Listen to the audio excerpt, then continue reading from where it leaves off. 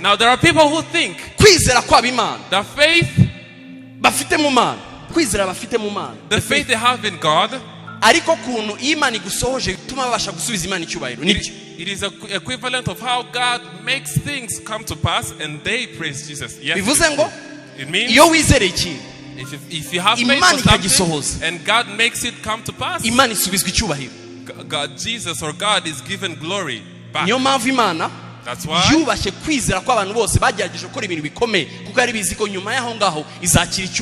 God has respected every mighty deed that people had when they believed in Him.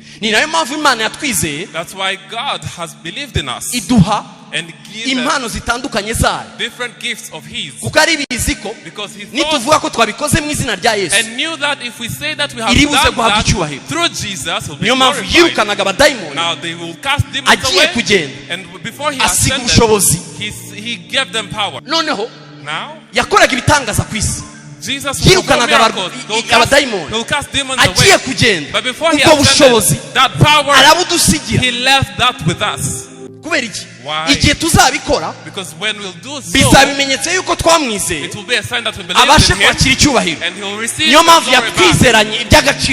That's why He entrusted us with the power of doing all that. Now, in people's wisdom and understanding, you can even teach that to the people who do not believe in God. That's why you find the person who does not believe I thank God in any activity you might have here, I thank God. He will thank God. He will thank God. Why? Because that faith and hope, people of the world they have it. But the God's kind of faith, God does not receive glory in it only when you use it. He also glorifies Himself when He glorifies Himself when that thing comes to happen, or also when it doesn't happen. Either way He glorifies Himself. Now that problem when you cry out to Jesus saying, "You did not make this happen. You are the one in sadness." That glory, He doesn't bring it from you. He doesn't source that from you. You are saddened. But for people around you, He's still getting glory because they all ask themselves, how can God nikutabaho mu buzima akagikomeza kubwiriza Imana ifite uburyo mu bwenge bwayo ibasha kwisubiza icyubahiro no mu bintu bitasojwe mu kwizera kwacu. God has ways beyond people's minds and beyond people's thoughts how He can glorify Himself whenever things happen in your and life. whenever things do not happen. Mu kubaho kwawe mu buzima bwawe in your life Imana izahabwa icyubahiro. He will get glory. Mu gupfa kwawe in your death ishobora kwihesha icyubahiro. God will make sure He gets His glory. Mu gukora ubukwe bwiza butunze bw'amafaranga in your good wedding Imana ishobora kwihesha icyubahiro. God will glorify Himself. Mu gutinda gukora ubukwe bwawe cyangwa ntuzana bukore Imana ishobora kwihesha icyubahiro. In having a wedding or not, God will still get His glory. Ubwenge bw'abantu ntabwo bushobora kubikwigisha bisaba ubwenge bw'uhoraho kugira ngo babashe kubikwigisha ko Imana ihesha icyubahiro no mu bibi bitubaho. Glorifies Himself even in the bad things that happen to our lives.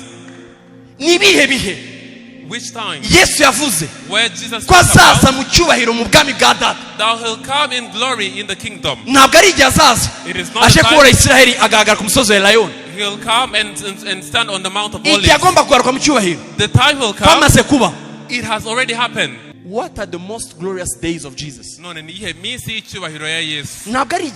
is not the time He was casting the demons away. It was not where everyone clapped for Him. It was not when they wanted to make Him a king or where He was being famous. Was the time of His glorifying days. It was the day He was crucified. Those are the most precious and glorious days of Jesus. Yet He was naked, bloody, suffering. But God received the glory in that time that never before. Bisaba ubwenge bw'Imana kugira ngo wigishwe ibi bintu. Ubwenge bw'isi ntabwo bakwigisha. None se kuki Bibiliya atubwira? Consider it of a great joy. James, consider it of a great joy. When you go through temptation. Why? Why being joyful when I'm suffering? Now when you understand that through God's wisdom, it's okay. You are getting through all of that, but for God's glory. It's okay. That's how you become a Christian. That's how you live as a Christian. God will get glorified. If I have a car, do not think that you walking with your foot on your foot, God will not get glorified. He will. Because in this world,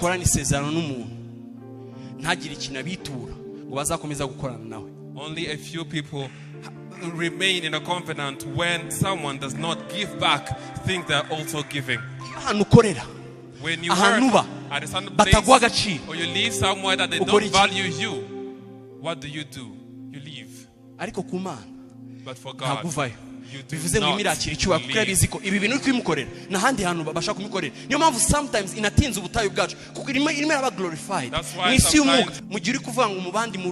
when you are speaking of other people in my generation, other people in my generation today, I'm bringing the wisdom of God to tell you. Far left behind. No, you are not left behind. You are left behind so that we may glorify God. We do not glorify God. Only when good things happen to you. Now, the unacceptable drawbacks of faith is also when we give God's glory when things do not happen to us as we wanted. Can I speak for something? Can I speak? Yes. Avance. Now God calls upon Abraham. Now look in the line of sight where you can reach. I'll give that place to you.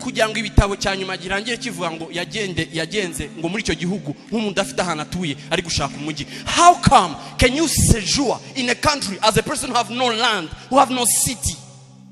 Yet God told you that city.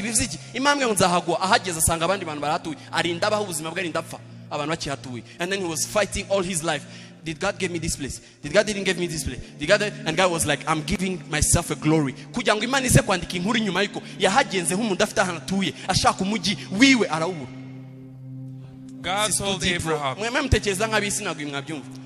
God told Abraham, look, and wherever your eyesight can reach, that will be your territory. Only for the last book to come saying that Abraham walked in that territory, that the God said that wherever he can reach, he'll give it to him. But he walked in that as a foreigner, as if he doesn't have any plot of land or any subject.